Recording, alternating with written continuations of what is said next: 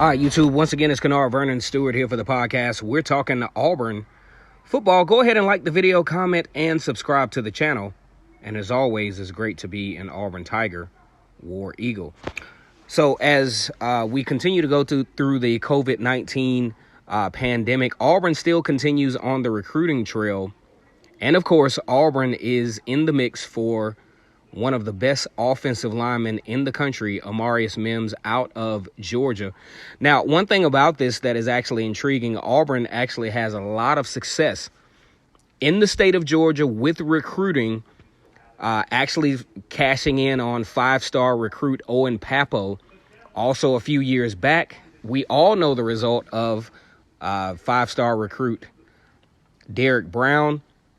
So Auburn is constantly in Georgia's backyard for these recruits.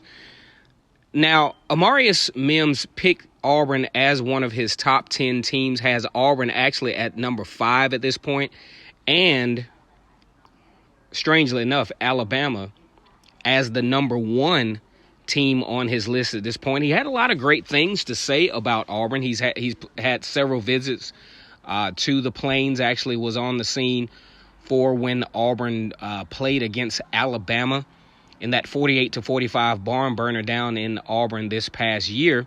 One of the more memorable Iron Bowls. It seems like all of them for the past few years have been some memorable games under the Gus Malzahn era, as Auburn has won 2 out of the last 3 in that particular series. All of those coming at home. Auburn has yet to win in Tuscaloosa over the last few years. But either way, when I look at a recruit like Amarius Mims, a very, very physical football player, a great offensive tackle, and as a matter of fact, Jack Bicknell, the offensive coordinator for Auburn, has listed this recruit as a priority recruit of this recruiting class. Now, Auburn has missed some opportunities to land some big-time recruits because of, some things that have happened. I look back at the 2013 year. Auburn did not win the national championship. That would have been a huge statement long-term for recruiting. You win a national championship, that puts you on the radar for recruits to say, hey, I want to come to school there. Because if you look at the Final Four appearance with Bruce Pearl, what happened after that? Bruce Pearl was able to attract some of the better recruits. Looking at Isaac Okoro, who's to say if Auburn would not have made that appearance in the Final Four, would Auburn have been able to land Isaac Okoro? Probably 95%, maybe not, because that doesn't put you in the elite when recruits are looking at your program. Also, Auburn has to look at facilities. Compared to all of the other schools that Amarius Mims is looking at, facilities is going to be a deciding factor. So let's just say if Auburn is going to be able to land recruits like Amarius Mims, the number 2 offensive tackle in this particular recruiting cycle of 2021, you got to take advantage of those opportunities. One school that comes into mind when I think about that has made some monumental has made some monumental strides at taking advantage of these opportunities is the University of Georgia. Now, not only does Georgia have Kirby Smart, who is a recruiting guru, but you got to look at some of the things that Georgia has been able to accomplish. Number 1, second year Kirby Smart making it to the college football national championship after a very huge comeback from behind win over Oklahoma. Let's just say if Oklahoma would have continued the onslaught and actually blowed Georgia out, would Georgia be where they are now? Maybe, maybe not. Then two very monumental wins in Kirby Smart's era. One, winning over Notre Dame in a very dramatic fashion, and then turning back around when Notre Dame comes to Athens, winning that particular football game as well. Constant upgrades to the facilities puts Georgia in a position to where they'll be in the top 4, top 5, top 3 as far as recruiting.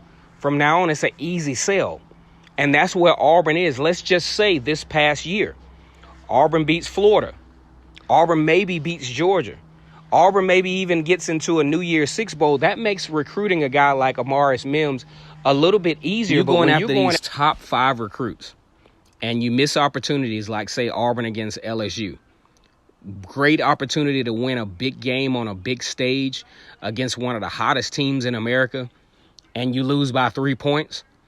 Even though you lose by 3 points, those 3 points are a small margin of error that sways decision-making of these particular recruits, and that puts you from being a potential elite team to back into the middle of the pack with the Texas A&Ms, the Mississippi States and the Ole Misses of the world, which I think Auburn is a little bit upper tier than, say, Mississippi State and Ole Miss, but at the same time, Auburn has to make these wins priority, because that's how you secure these recruits, by consistently winning and putting yourself in a position to be successful and to have a sale when you talk to these recruits, because then they're looking at like, okay, well, what happened against LSU?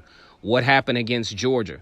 Why can't you win these games? What is the answer to winning these games? Because these guys want to be a part of somewhat of a, not necessarily guaranteed trip to the SEC championship college football playoff, but Georgia, LSU, Alabama, those teams have secured their way. Florida is actually starting to secure their way to where they can sell teams on, making it to the next level. Also, Oregon is on Amarius Mims' list. Now, although Auburn beat Oregon last year, but Auburn did not make it to the SEC championship.